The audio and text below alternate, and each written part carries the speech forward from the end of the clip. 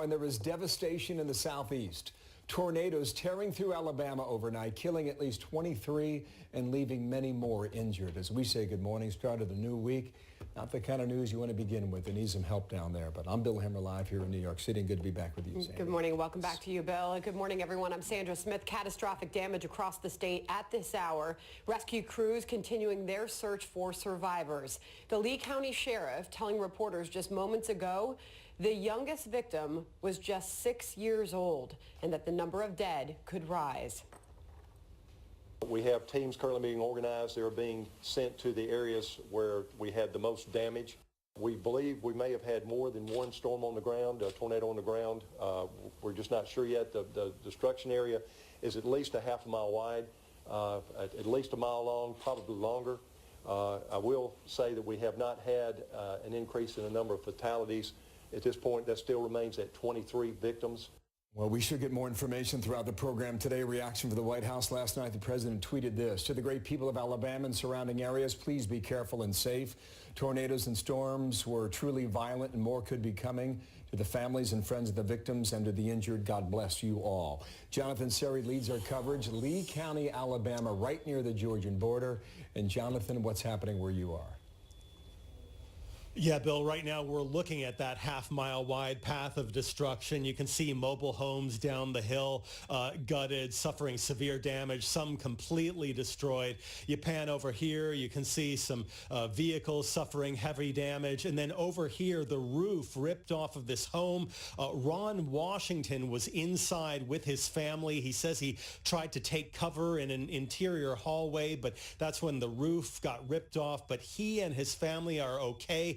I asked him what he did to survive. He said, pray to God. He said God was the only thing that saved him. Right now, I'm standing on what used to be the foundation of a mobile home. The heavy winds ripped it off, completely off of its foundation. And this is what we're seeing throughout portions of damage. Lee County authorities are resuming the active search. They had to suspend it in some of the harder hit areas overnight because the power was knocked out. It was dark. There were down power lines, down trees. In some areas, it was too dangerous to go in. In other areas, completely impossible. Bill? Wow, the pictures are just stunning. What about survivors? What are you hearing from them, Jonathan?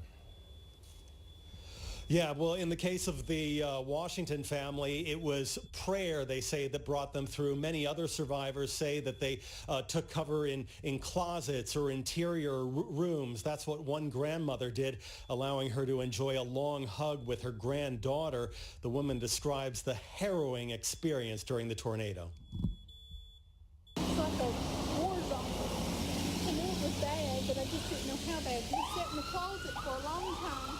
When I went in, the door was open and then it was closed tight, and I didn't have a roof, so I didn't know if I opened it, what would fall, if anything would fall. Intense winds knocked down a cell tower, blocking portions of a highway in Smith Station, Alabama. The storm system knocked out power to more than 40,000 homes and businesses across Alabama and Georgia. The same storm system also caused damage in South Carolina and Florida. In the Tallahassee area, a tornado blew down trees and power lines, making travel dangerous overnight. And in the small town of Talbotton, Georgia, a suspected twister damaged some mobile homes and completely leveled a cinder block church. Local reporters say that church had been used in previous storms as a shelter. Fortunately, no one was in it at this time. Bill? Tough stuff to watch. We'll see if there's another press conference during our program today. Jonathan Seri, Lee County, Alabama. Thank you, sir, for being there today. On to another big story we're watching at this hour. President Trump lashing out at Democrats for holding the Michael Cohen hearings while he was overseas for the North Korea summit. This as House Judiciary Committee Chairman Jerry Nadler vows to investigate the president for obstruction of justice. We've seen abuses of power and obstruction of justice, threats to the Mueller investigation, threats to witnesses. All of these have to be, and abuses of, all of these have to be investigated and laid out to the American people. Nadler is setting the framework now that the Democrats are not to believe the Mueller report. They're now saying we have to do our own investigation. After you had hundreds of interviews, millions of dollars spent in the Senate and the House, they found no collusion. We'll hear from former House Speaker Newt Gingrich in just a moment on all of this. But first, let's get to Kevin Corke at the White House. Kevin. Sandra, good day to you. Democrats, without question, are on the offensive, and that's a posture they are expected to maintain through the 2020 election, from probe to probe, from investigation to investigation. In fact, if you listened over the weekend, you probably heard California Congressman Adam Schiff say as much as he continued to float the theory without evidence that there was collusion between the Trump camp and the Russians in 2016. While there's abundant evidence of collusion, the issue from a criminal point of view is whether there is proof beyond a reasonable doubt of a criminal conspiracy. And that is something that we will have to await Bob Mueller's report and the underlying evidence to determine. We will also have to look at the whole body of improper and criminal actions by the president, including those campaign finance crimes, to determine whether they rise to the level of removal from office. Did you follow that? Sort of moving just a bit, criminal conspiracy, maybe campaign finance crimes, other improper financial dealings. This is how this is going. And that last sentence, I believe, is really what observers will latch on to. Is this really all an impeachment run? Well, to hear the president tell it, this is just harassment. Let me take you to Twitter and share just a bit of what he said over the weekend. He said, presidential harassment by crazed Democrats at the highest levels in the history of our country. Likewise, the most vicious and corrupt mainstream media that any president has ever had to endure, yet the most successful first 2 years for any president. We are winning big, the envy of the world, but just think what it could be. By the way, winning was the theme behind that more than 2-hour-long speech at CPAC, had them cheering throughout, winning on trade, winning on jobs. And to hear the president tell it, Sandra, he'll win this argument about so-called collusion, too. But they fight so hard on this witch hunt, this phony deal that they put together, this phony thing that now looks like it's dying, so they don't have anything with Russia. There's no collusion. So now they go and morph into, let's inspect every deal he's ever done. We're going to go into his finances. So don't forget, the president will address the nation's attorneys general later on today here at the White House and welcome the North Dakota Bison. I'll have that for you, but for now, back to you. That's the way to kick off a new week. Kevin Corke, thank you. For more, I want to bring in Newt Gingrich, former Speaker of the House, and a new podcast host called Newt's World is now available for download, which is a long way from Wayne's World. But Mr. Speaker, thank you for your time and good morning to you. I want to share with you and our viewers a Wall Street Journal poll. It found the approval rating for the president ticked up 3 points from 43% in January up to 46% now. In addition, on that Wall Street Journal poll, it says 41% would vote for the president if the election were held today. Well, now, Democrats have this White House in their crosshairs. There you see the polling tick away. Can they draw blood or not, Mr. Speaker? Well, they may draw some blood, but the problem they've got is every time they go to a new topic, a new argument, a new charge, it looks more and more phony. I noticed over the weekend a poll that said only 35% of the country thought that Cohen was a believable witness. Well, I mean, what this does is it absorbs, the Democrats right now are having all their energy absorbed by two things: Donald Trump, who they hate, and the rise of their left-wing activists. And that means they have no space left to communicate a winning Democratic Party message for 2020. And I think that in that sense, and we had some of this problem, frankly, 97, 98 dealing with Bill Clinton, because after a while people render a judgment. They're not going to think this is impeachable. They're going to come to think it's all political, and they're going to come to think that it's all destructive of the country. And I think that's where they made a mistake last week with Cohen. When you put a proven, convicted liar on national television at the same moment that the President of the United States is negotiating over nuclear weapons in North Korea, you give the country a vision of a party that's almost destructive of America for their own partisan reasons. And I think Nadler's going to get himself in the same problem. I watched us make that mistake, and I will tell you, I think that Nancy Pelosi is doing a better job of cautioning them to go slow than I did in 97, 98. Oh, very interesting. There'll be a lot of reflection on that going forward, too, looking back 20 years as well. Meanwhile, on Saturday, 2 hours and 20 minutes at CPAC, I don't think he had a teleprompter or a single note. Here's a sample of what we heard on Saturday. Watch here.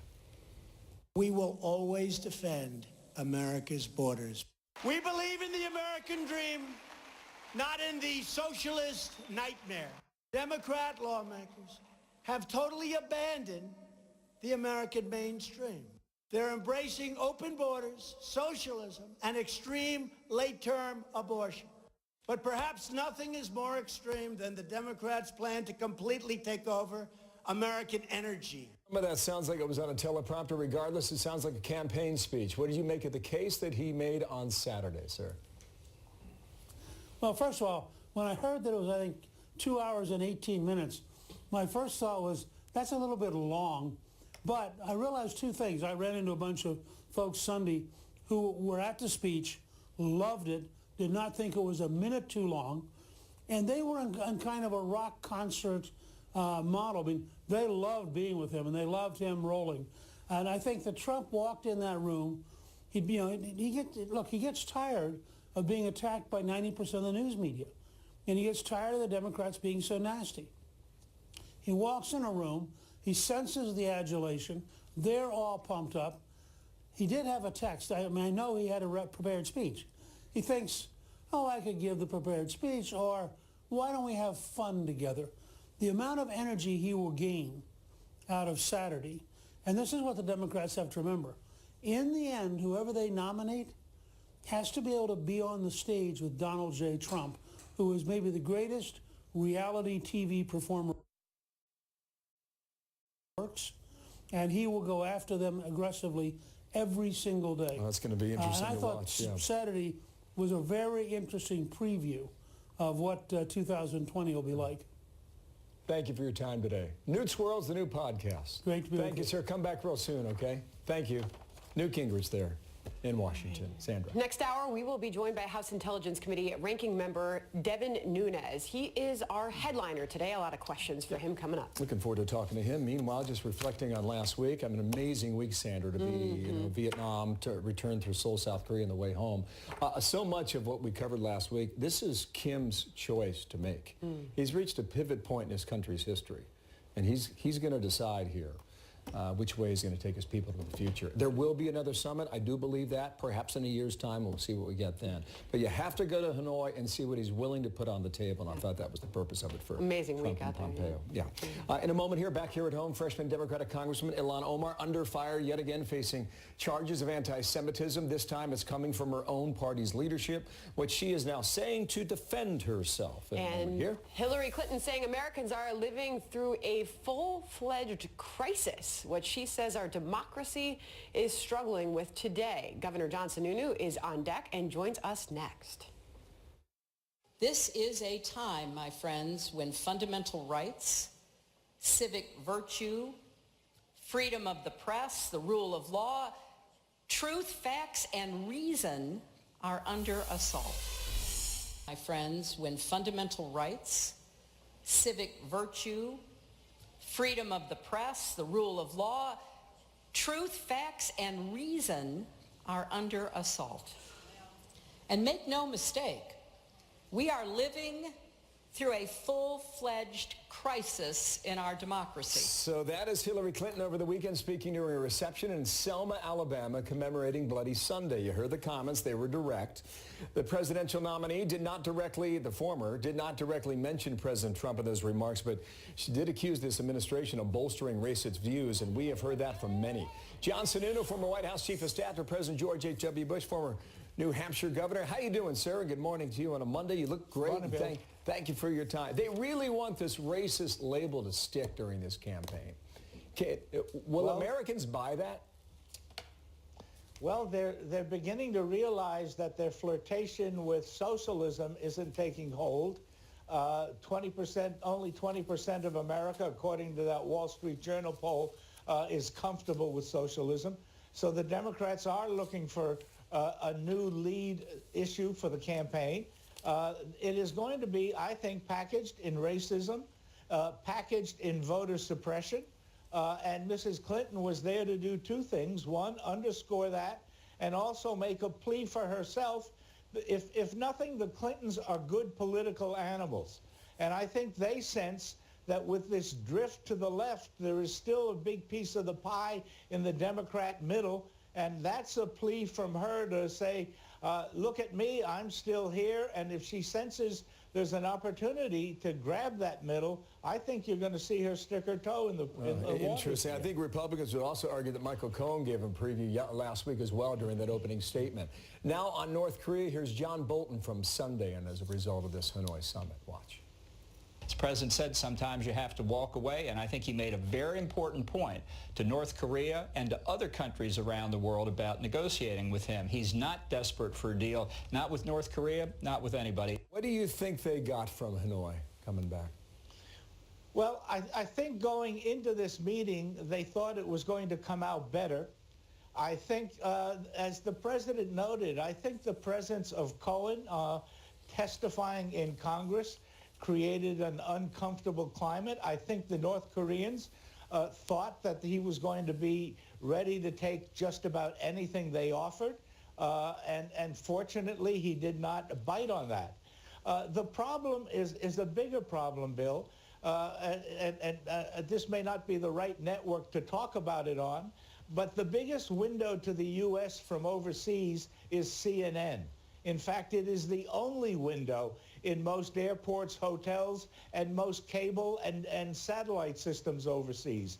And when those folks see the garbage that's on CNN, they sensed that the president was going to North Korea in a very vulnerable position. And I think they tried to take advantage of it, and I think that screwed the whole thing up. I was watching some CNN, the hotel over there in Hanoi. They went nuts on Michael Cohen, at least in the evening hours there. That was morning for us. And so you're making the case that that's the lens by which the North Koreans view American policy.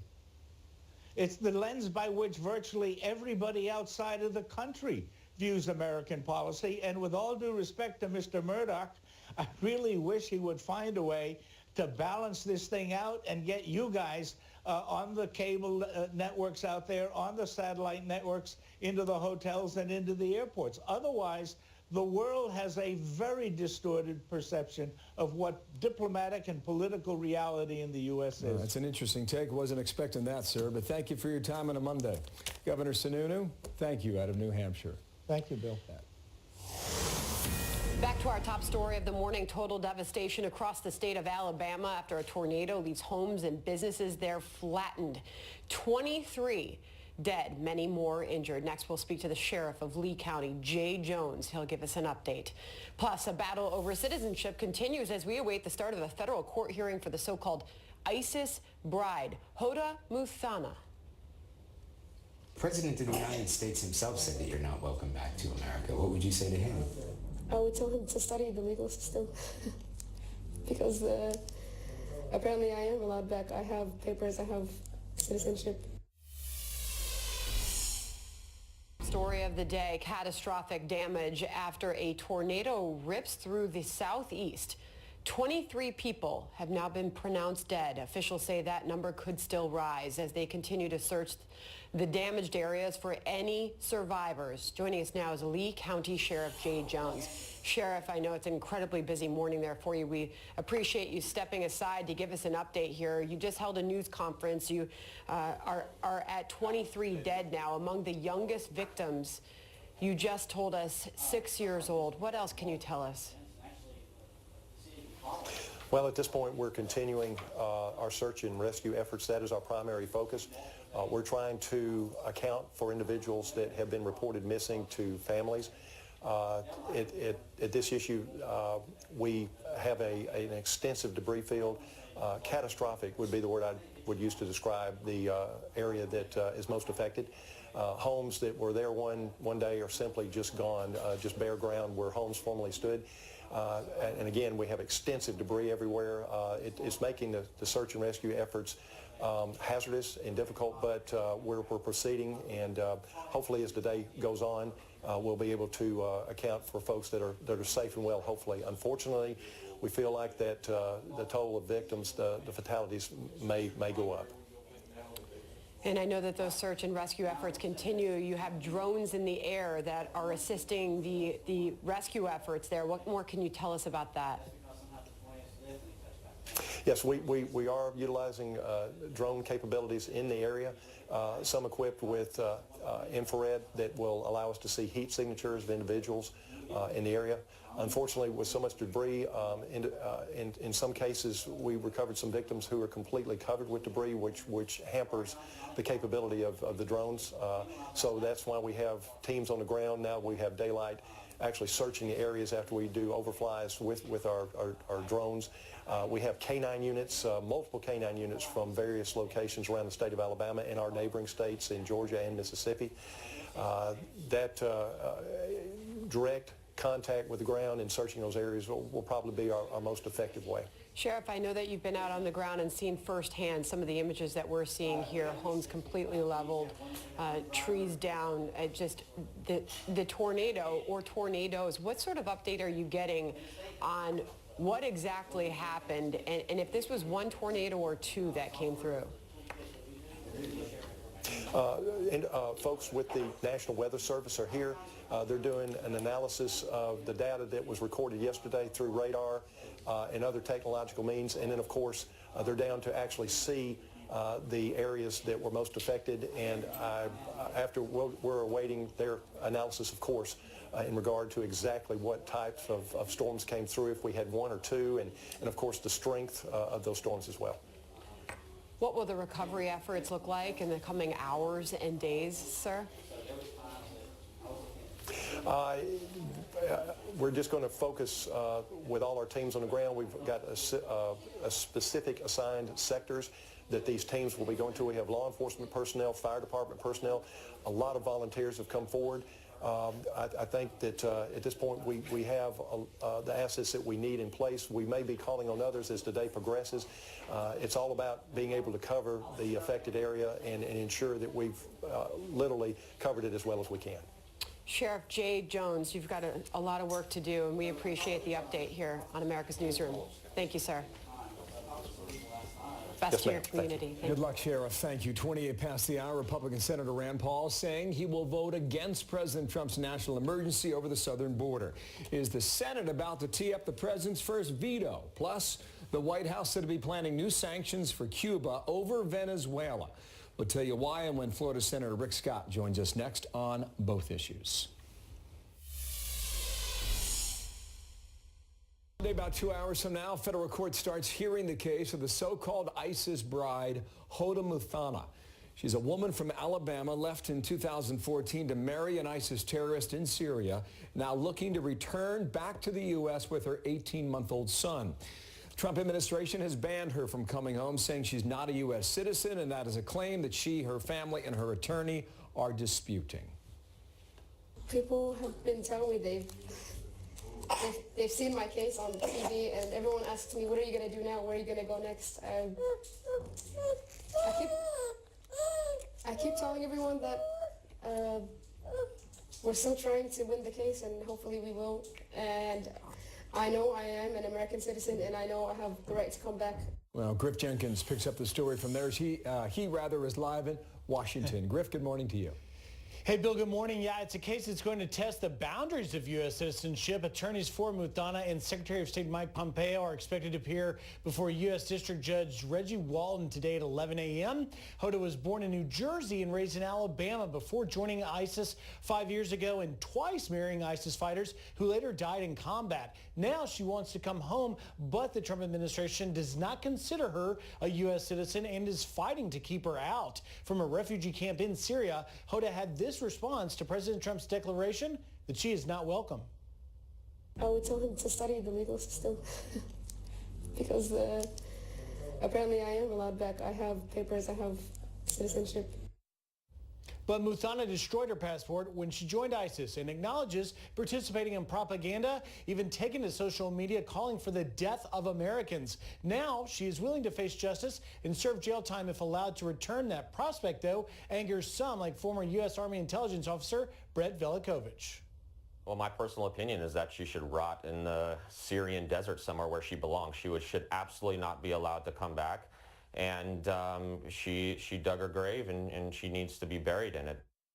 And at the heart of this hearing, Bill, is the legal status of her birth in the U.S. to a foreign diplomat father, the timing of her father's service in relation to her birth, and the documents that were presented to the U.S. immigration authorities that got her the passport in the first place, and then, of course, finally, the larger question over the protections U.S. citizens or U.S. nationals receive if they are perceived to have committed treasonous actions. Fascinating ongoing story. Thank you, Griff Jenkins. Nice to see you in Washington. Thank you, sir. Kentucky Senator Rand Paul says he will vote against President Trump's national emergency at the southern border. In an op-ed posted on FoxNews.com, he writes, quote, "I support President Trump, but I can't support this national emergency declaration." Paul becomes the fourth Republican senator now to try and block this resolution. And that means the president may have to use the veto pen for the first time in his presidency, which he says he's willing to do. Joining us now, Florida Senator Rick Scott. Senator, good morning to you. What is your message to your colleague, Senator Paul? Well, look, I don't think any of us think the first choice should be to use executive order. It's clearly not mine. And if you look at the way President Trump handled this, he worked with Congress. He proposed doing some things that he thought would be helpful, getting something done through DACA, permanent solution, TPS, and nothing happened. Democrats are completely opposed to border security. And I want to get results. I've been up there a couple of months. The American public wants a secure border. I've been to the border. I talked to border security. What do they want? They need more people, they need new technology, and they need some barriers to allow them to have operational control. So I'm gonna do everything I can to make sure the president has the authority, has the money to get border security, because I know it's the right thing for the American public. Which, to be clear, means you support his declaration of a national emergency. Absolutely.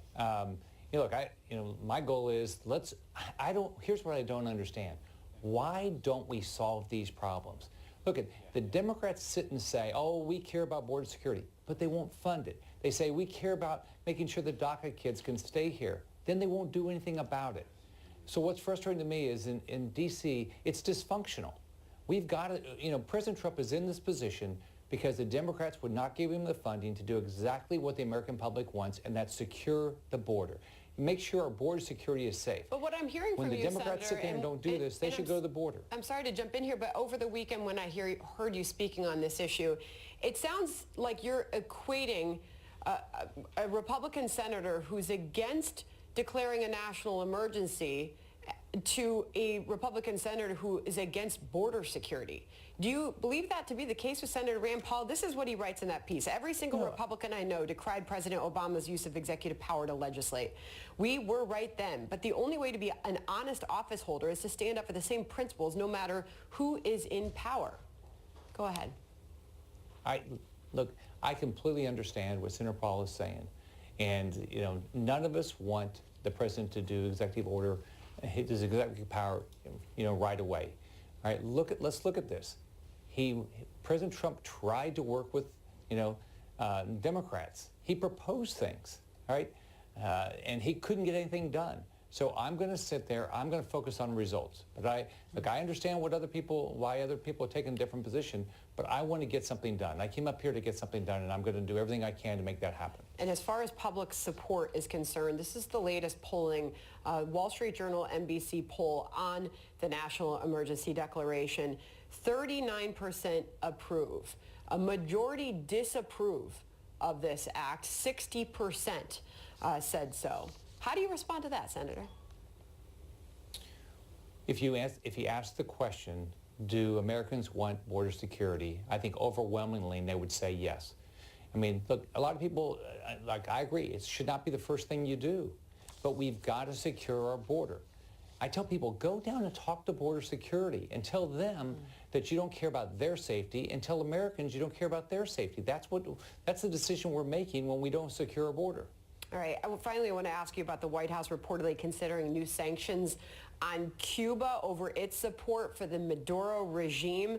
Found it interesting this morning in that report, Jose Cardenas, who held senior Latin American posts in the George W. Bush administration, was quoted saying this: "There's not going to be any resolution in Venezuela without somehow neutralizing the role of Cuba."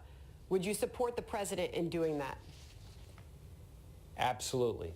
I've sat down with the president. I've asked him to implement Article 3 and Article 4 of the Libertad Act. It's the right thing to do. It's going to put pressure on the Castro brothers, the Castro regime. They're the ones that are propping up Maduro in Venezuela. They're helping Ortega in Nicaragua. If we can make sure that they don't have the resources to continue, I mean, they're horrible. I mean, the Castro brothers have been horrible dictators, and I mean, they're murderers. I'll tell you one thing that's really frustrating to me is right now Prince Charles is considering going, or he's planning to go to Cuba. And all he's doing by doing that is propping up the Castro brothers. So thank goodness that the president's doing this. I completely support him. We've got to bring democracy and freedom to Cuba, which will help us get democracy and freedom in Venezuela and Nicaragua. All right. Good to get your thoughts this morning. Senator Rick Scott from Florida. Thank you, sir. Thanks. Watching this from Washington, deal, what each side could get from it and what it means to your pocketbook here at home and American businesses. Charles Payne has the lowdown coming up next hour here. Sandra? Plus, Democrats stepping up their investigations into the president and those around him. House Judiciary Committee Chairman Jerry Nadler says he believes that President Trump broke the law. Here to respond, Republican Senator John Kennedy. I heard some clips yesterday calling his company a mafia organization. I mean, this is ridiculous. They're just going to keep repetition saying, hoping that people will believe it. It's like Bush lied, people died. If you say it enough, people will believe it. That's their modus operandi. The Republicans spent 2 years shielding the president from any proper accountability. It's our job to protect the rule of law. That's our core function. And to do that, we are going to initiate investigations into abuses of power, into corruption, and into obstruction of justice. That was a very interesting interview on ABC on Sunday. House Judiciary Committee Chair Jerry Nadler, the Democrat from New York, saying he will request documents from dozens of people connected to the White House within the president's orbit as he starts looking into obstruction of justice charges. Louisiana Senator John Kennedy's on the Judiciary Committee. Senate side, sir, how you doing? And good morning to you. Good morning, Bill. Okay, I mean, the Michael Cohen thing exposed a lot of their strategy. Where do you think this goes, Senator? You know, I just listened to Chairman, the Judiciary Chairman's comments that you played, Bill. You know, I have great respect for the chairman, but nobody believes what he just said. You know, some of my House Democratic colleagues, I think, are probably in good faith, but a lot of them aren't. You know, this is all about tearing the president down. I'm not saying the Republicans wouldn't do the same thing if the shoe were on the other foot, but this is all part of the reason that the American people don't trust Congress and don't trust Washington. Look, the President of the United States was elected fairly by the American people. Some people were angry about it. They're still angry about it. Instead of putting aside their anger and letting us try to solve some problems, they just want to play politics with the next election. I mean, this is America. You can do that. I mean, if you're a congressman or a senator, but don't believe that the American people are fooled, whether they agree or disagree with it. I think most people understand this is all about the 2020 election. I mean, you take Mr. Cohen, for example. Mr. Cohen didn't say anything, I suspect, that he hasn't already given to the U.S. Attorney and the special counsel.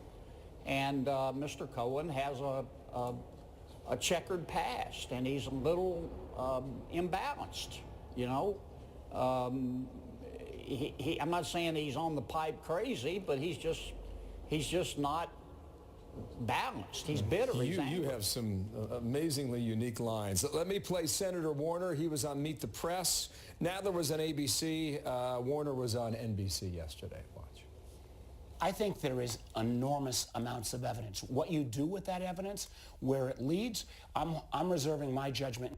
There's no one that could factually say there's not plenty of evidence of collaboration or communications between Trump Organization and Russians.